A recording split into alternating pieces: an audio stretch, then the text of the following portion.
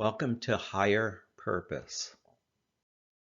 These are times of high burnout, and that's characterized by alienation, autopilot functioning, just going through the motions, no passion, and emotional exhaustion.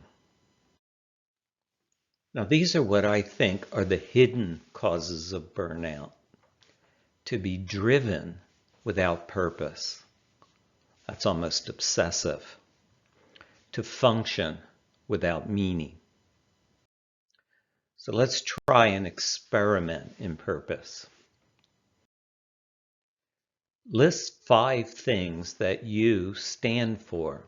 And these are examples: fairness, integrity, basic humanity, compassion, kindness. What improvement can I make in myself? These are examples. These are my own. Be more patient, tolerant of differences. What improvement can I make in my goals? Try to make the world a little better in some small way. What change can I make in my primary relationships? Be more generous of spirit, present, supportive. Those are just examples. Now, for the next 3 weeks, make all the things you listed the motivation, guide, and measure of all your behavior. And if you're able to do that, after 3 weeks, you'll notice an increased sense of purpose. You'll feel more authentic. Now, sustaining purpose. Choose enduring value over temporary power. To value is to regard someone or something as important, worthy of appreciation, time, energy, and sacrifice. Valuing enhances the sense of self. You feel good about yourself when you're valuing something or someone. Failure to value diminishes the self. Valuing makes us feel more vital, engaged, interested, appreciative, more alive. If you value more than you devalue, life is generally good, despite bad things that happen. If you devalue more than you value, life is bad, despite all the good things that happen. That's because you've trained your brain to focus on the worst aspects of your life rather than the better aspects. Now try this experiment. When you feel powerless, do what will make you feel valuable. And that's being compassionate, kind, appreciative, or loving. Within 20 minutes at the most, your self-value will be greater. Substitute value for power. Try it. Our deeper, more humane values protect us as we empower those close to us. We live in a web of emotion.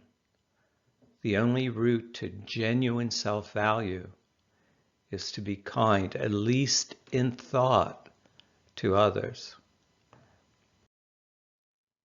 So you are in the center of your web of emotion, and you will either send out compassion and kindness along the web or download resentment. There's really no neutral. You send out the positive or you'll download the negative. Emotions are more contagious than any known virus. We pass them along and we absorb them from others. Act on what is most important. Suffering occurs when we violate what is most important to us by acting on what is less important. The big mistakes we make in life involve violating a deeper value by acting on something less important. And that can include everything from extramarital affairs to cheating on your taxes to devaluing your child for leaving a towel in the middle of the floor. We consistently violate more important values by acting on less important feelings and impulses. That's because deeper values don't run on autopilot like habits and impulses do. Habits and impulses are rapidly processed in the brain, bypassing the prefrontal cortex where we make decisions based on values. If we consistently act on superficial feelings, which are largely habits about the past, we'll consistently violate deeper values. Don't focus so much on how you feel. Focus instead on whether you want to value or devalue. That puts your prefrontal cortex in charge. You can make a decision to increase the value of your experience or to lower it. Here's a little importance exercise. Think of an emotionally charged dispute with a spouse or coworker and rate the importance of the issue in dispute. Was it life or death, fairly important, or relatively unimportant? Will the issue seem important on your deathbed, in a year, next month, tomorrow?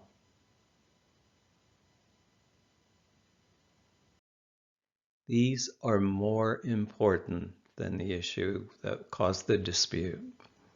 My health and well-being, my family's health and well-being, my co-workers' health and well-being, and something else. If I'd have gotten my way in this dispute, would it have improved my life? If I had not gotten my way in this dispute, would it have diminished my life? Using this exercise on every dispute you have will train your brain to step back and see its relevance to your deeper values. You won't waste emotional energy and burn out. Feed the spirit and renounce the wolf. That's really the secret of meaning and purpose. There's a lot of variations on this story. This is my favorite. An old man and his young grandson were very close. The child was upset because a respected man in the village brutally beat his wife and brother. Adults can probably figure out what the man thought happened, but the child was bewildered.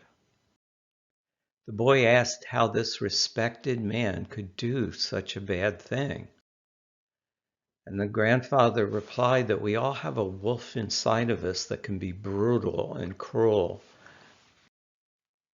The boy had also seen the man be kind and compassionate to loved ones. So he asked, how could he be so good to these people if he had this wolf inside of him?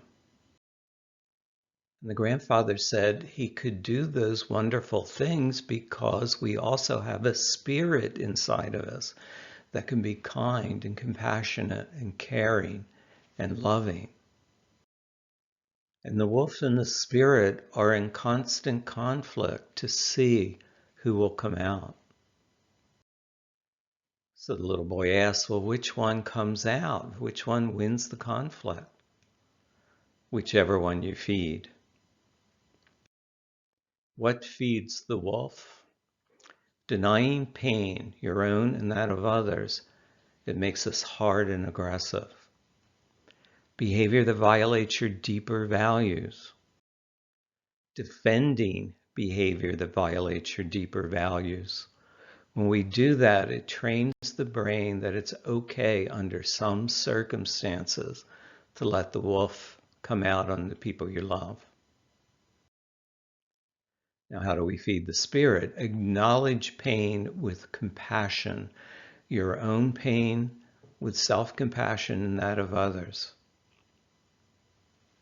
Focus on healing and improving. Use pain to increase appreciation of life, love, nature, creativity, and community. Feed the spirit every day, at least every day that you eat. That's how you have to think of it. It's maintenance. Empowerment acknowledges hurt and the defenses against the hurt to outgrow them.